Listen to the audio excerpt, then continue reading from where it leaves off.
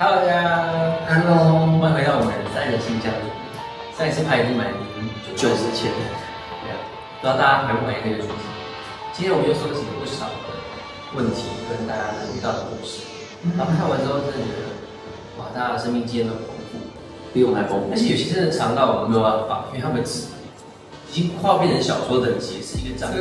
那该不会写很多页吧？我又往下拉不回，拉不到底部，哎，这个可以分享一下。有完结篇吗？我不知道，就是很精彩。好，所以我们今天又总结了几个故事，跟大家分享一下。很期待。其实我蛮喜欢这个单元，因为可以看到蛮多人不同的东西。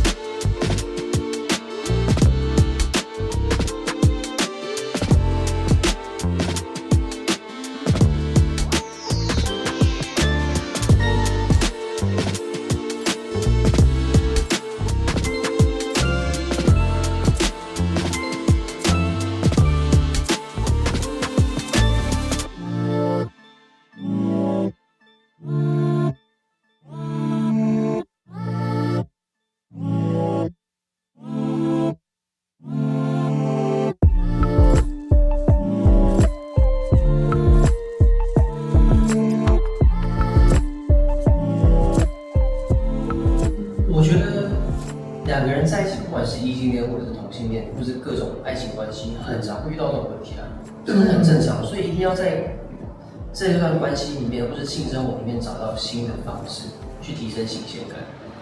然后这方式很多种，我觉得从最基础，如果你不希望多参与新的人的话，那可以试试看去上课，上课更了解彼此的身体是怎么样运作的，是可以找到一些新鲜的东西，或者是使用玩具，玩具也是很好的开发。这癖好也是啊，对，对有些人喜欢被绑架啊，被有点喜欢抽点啊，或者穿袜子，或者是说对，也可以 cosplay 啊，对制服，对，或者老师跟学生之类的。对，我觉得会觉得性很无聊，通常会是没有开放的沟通这件事情，因为可能彼此心里都有需求，可是你没有讲出来。说不定你男友他一直很想要玩一件事情，可是他不敢跟你讲，或是你从来没有问过，说不定他很想要，你当老师去踩他之类的。可是我觉得他不一定没有讲出来，因为像她男朋友讲出来说，就是他很渴求去想要嘛。哦，所以应该是这个分享者他本身感觉比较还好。对，我看起来是他们两个没有经过一定的沟通，因为他们两个没有找到说怎样两边都舒服的方式，只有一边舒服的话，那其实我觉得这个事情就是不成立的嘛，对吗？因为他做到后面，他觉得像在教功课。对，可是很多时候会觉得真的像教功课一样，所以我觉得真的要找到一点不同的新鲜感。像我们刚刚他们俩提到那么多方式，大家都可以去尝试一下下。然后或许另外一方面更重要的是，你们两个要一起沟通你们对这件事情的看法，因为我觉得这事情才有办法让你们俩心灵都提升到说，好像找回当初的那个感受。应该说持续必须一直去挖掘出来，因为有时候多多少少一定还是会丧失掉，这个是一定的。对，只是你如何一直把它维持住，然后如何透过你们两个互相交流沟通，然后达到那个你们想要一起往下走的方向，我觉得这个还蛮重要的。但我觉得一定要找回来。不用，也不一定啊。可是很多人会觉得性跟爱是结合的很紧密，所以是看人。有些人觉得这个两个一定要在一块的话，那我觉得一定要想办法找回来。可是如果你觉得没关系的话，你可以性爱分离也是 OK 的。对，或甚至我们原本先提到的，可能大家会比较避讳是让新的人参与，可以找第三个人来增加新鲜感，或者是进入一段开放式关系，各自具有各自的快乐伙伴、性爱伙伴。因为我觉得性在做的过程中，如果有一个人是舒服，觉得另外一个人完全不开心的话，那很可惜。尤其是很多女生在做的时候，其实很多直男都不知道，女生根本没有高潮，然后女生就得装出来，那蛮惨，这是一件很惨、很听人让人难过的事情。所以我觉得大家都应该更勇敢的去探索，让自己的身体舒服这件事情。我自己是蛮有同感，我觉得我的角色，但有90%很像这个作者的人，可是我觉得她男朋友就很像胡军，因为需求比较大，就是好像永远都不会没有新鲜感。哦，我吗？对，我自己平常已经说我自己是性跟爱连结比较强烈的人，所以我觉得我会在这上面四处寻找新鲜感，然后一直想办法让这个新鲜感维持住。可是我一直这是我的我一直可以很同感到这个作者是，你一定也很爱你男朋友，你没有不爱他，但是可能就是像他就性爱，就是可能是要结合在一起，就很有感情。可是我觉得我自己就真的是可以性跟爱可以很分离。不过这就是另外一个沟通功课了。我觉得你们要先处理掉你们前面这些事情。对，因为懂他说，有时候自己解决，自己打手下来比较顺利，对，会比较快，又快又省时，然后自己说，而不用等，要先安抚他之类的。因为我也在思考到说，是不是有真的很多人啊，你有时候会听到有一些人的感情是讲说到最后面就感觉像家人一样。我觉得可能就是因为他们性生活感觉是有点没有新鲜感了。可是你们彼此是很爱对方的，但是因为这一块有问题，所以就觉得说感觉没办法在一起了。对。但我觉得变家人这件事情，反正就只是没有在打炮的一个借口。对，大家觉得哦，那我们像家人。但是搞不好性，如果你们可以开放式的话，搞不好还是一样可以在一起啊。不过他可能觉得他需要更多沟通成本，也说不定。就是大家的那个想法不一样。但我觉得最重要的是不要害怕沟通。对，先拿出来讲之后，说不定有新的可能。你不用觉得还像家人，还是可以让你在床上很舒服的伴侣。我觉得最大的问题点是我们不敢坦白的把自己的需求讲出来。那这个会导致就是后面延伸一系列状况。我觉得两边都要先分享，就是愿意去分享说你的需求到底是什么。那我没办法满足你，我真的没办法满足的时候，那我势必要找一个彼此都能妥协的方式。对，所以这样给你的功课就是先列出你自己想要完成的事情，或者喜欢的方式。那你也请他做一样的事情，你可以好好沟通出来。我觉得现在纸上写下来，而不是直接面对面讲不出来，现在立马想出来，很可怕。可以先私下想好。可是我个人建议就是不要一次太劲爆，就一次跟对方讲说就找，因为一定要一步一步来啊。我觉得可以分级，你先从轻度、中度、重度开始，对，一定要一步一步来。对，然后如果聊天的过程觉得很好玩的话，就说那我要知道你中间写什么，最严重的写什么，这样是蛮有趣的。好，就这样交给你。好，我们看第二点。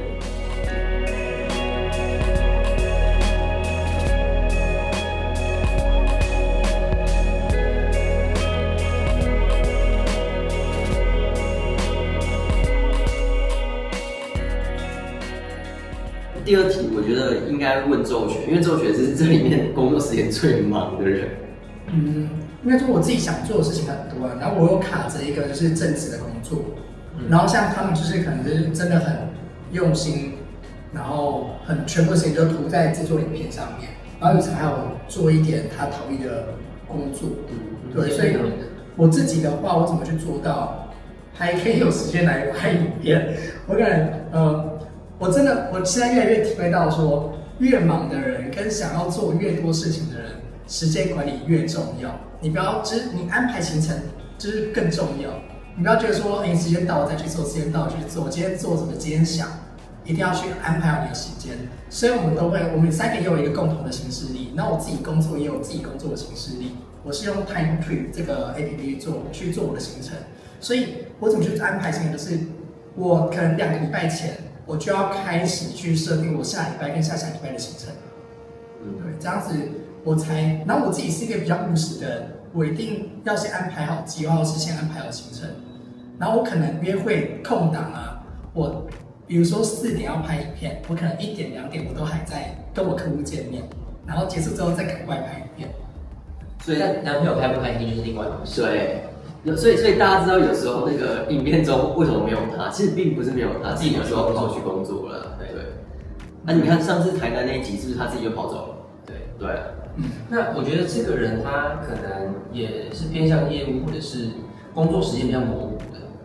那如果你觉得工作跟个人时间有点重叠的，分界不是很明显的话，你可以设置一些个人的空间。如果在家工作的话，你就可以规定说自己不能把工作带到自己的房间，或者是你一定只在餐桌上工作，让自己规范在你的工作的心情只能规范在一个范围里面，你才不会出了那个空间就觉得好像有什么事情没做，那拿到客厅做好了，你会觉得自己好像随时都没有在休息的感觉。其实跟自由业有点像，我觉得自由业通常都会面临到这个问题，是说它没有一个上下班时间的，因为像我们没有上下班，这绝对有好处跟坏处。对，有好处。好处就是你真的时间上非常自由，可是相对而言，是说你的那个管理就很重要，因为有时候会有被追的一些压力，就是要赶影片啊，要做什么事情啊，厂商的东西要处理啊，等等的。那这个时候时间规划就蛮重要，所以其实我们真的蛮喜欢我们3个有共同行事历，因为这件事情就可以很明显或很清楚的列出那些我们要去做的事情，然后可能之后可能可以一起去完成的事情。你不但可以看到过去，你还可以看到现在，你可以看到未来，所以等于说在那个行事历上就可以看到我们彼此一起加油、一起进步的痕迹吧。另外一个方式是，如果你现在还不知道怎么开始的话，我觉得你可以记录你一整天平常的时间都花在哪里，像是早上吃早餐时间多长，个人工作时间多长，打游戏或者做其他休闲的事情多长。记录下来之后，你就可以统整说你一天到底花多少时间在工作，哪些时间在做自己的事情。统整完之后，你才可以规定说，那你一天需要这么多的时间去工作的话，那你就把这个时间排好成固定的行程，就不要让它乱掉，才不会一下工作一下做自己的事，一下工作做自己的事，才不会觉得好很混乱，对，会比较好。好，推荐给你哦，给你加油。好。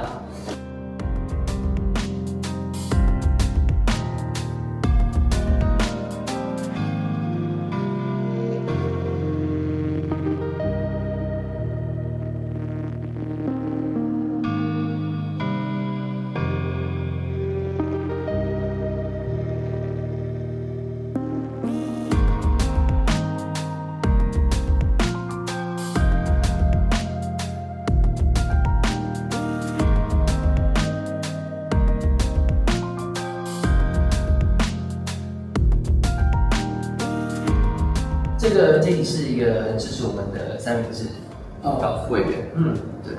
那我看起来其实有点舍不得，因为他提到说，好像他以前的男朋友，他投入很多金钱在他男朋友身上，最后好像没有获得回报。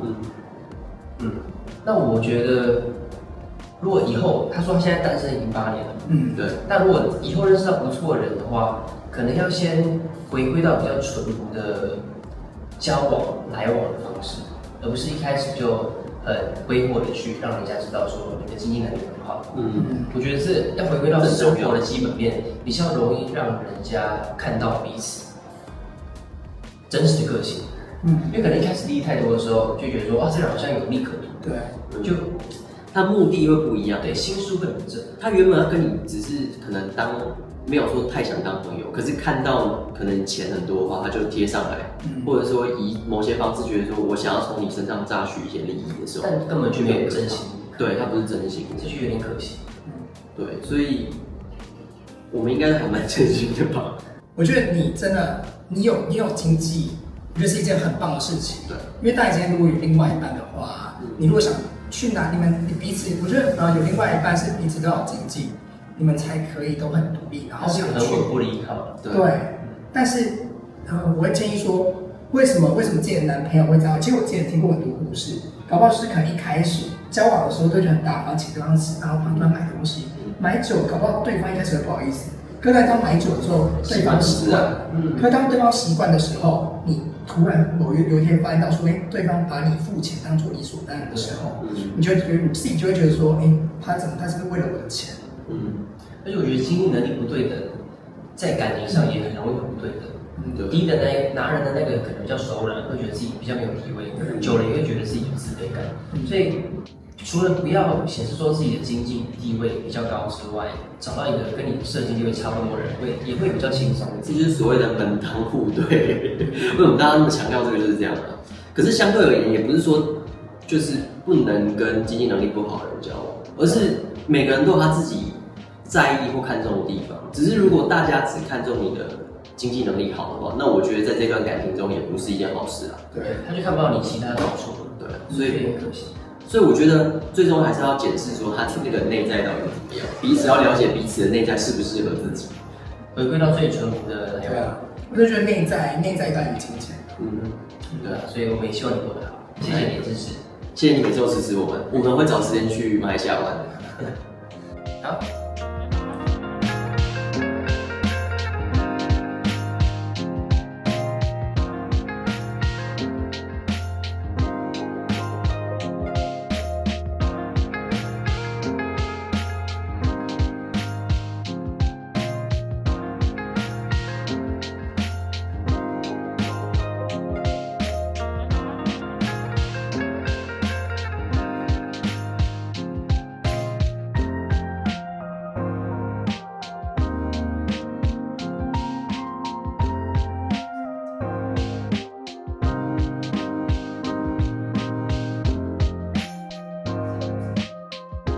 这个故事听起来我觉得真的蛮感人的。因为是很成功的案例。对，因为首先第一个是你必须要摆脱这个社会的束缚，然后选择一个到你完全可能比较陌生的国家发展，全新的环境。对，这是第一个。然后第二个是你们两个是远距离关系，然后他另外一半还愿意帮助你照顾你的另外一半，所以我觉得这个真的难得。然后1年只见2次，可是居然还可以维持那么紧密的关系，我觉得对我而言是很困难的，所以我真的很开心能看到这样的案例。听的是感人的，而且她的男友或老公愿意在新加坡继续照顾她的父母。对啊，我觉得是感人。照顾对方的爸妈。但我觉得在新加坡可能会很压抑，或者是很躲藏，因为你不能直接公开这件事情。所以为什么老公没有一起去澳洲？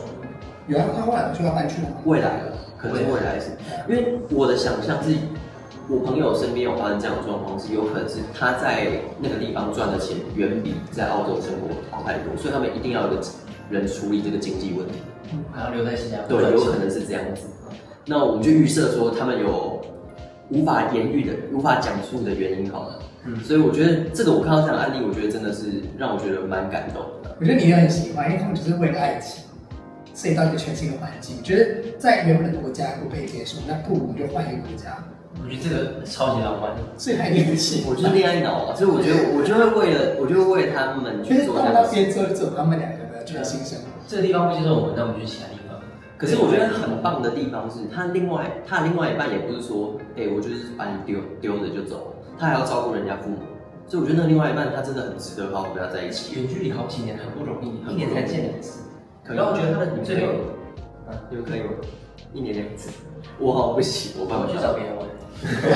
我可能我办不到，可能可以耶，因为每个国家可能都有1个2个。你觉得台湾？那你先搬出去。你觉得台湾先搬出去。我觉得他最后说了一句，是很感谢这个频道，让我们知道离经叛道也是可以的，蛮可爱的。而且我看到离经叛道，我以为是贬义。对啊，他是好的，他是好的。他说你可以背离原本大家被束缚住的那种经书啊，或者是你以前所知道的那些常识。就是超越一般的常识啊，做出其他的突破，做出一个脱俗的行为，所以叫跳脱框架。对啊，我觉得这个都很不简单，而且我发觉就是有些国家真的是比较保守，如果大家还愿意做这样的尝试，我觉得真的大家都要给予鼓励，因为我相信不是每个地方都能有这样的环境跟这样的资源去做，所以我们真的也是蛮感激的。对，我觉得人活着就是一辈子啊，你的时间就这么长，如果你要压抑自己的话，其实很痛苦。不如把这些时间花去做自己更想做的事情，不要去担心别人怎么想，不要去担心社会会给你怎么样的束缚跟局限。来，那我们今天的3人信箱到这里，下次见结束啦，谢谢大家，下次再见，拜拜。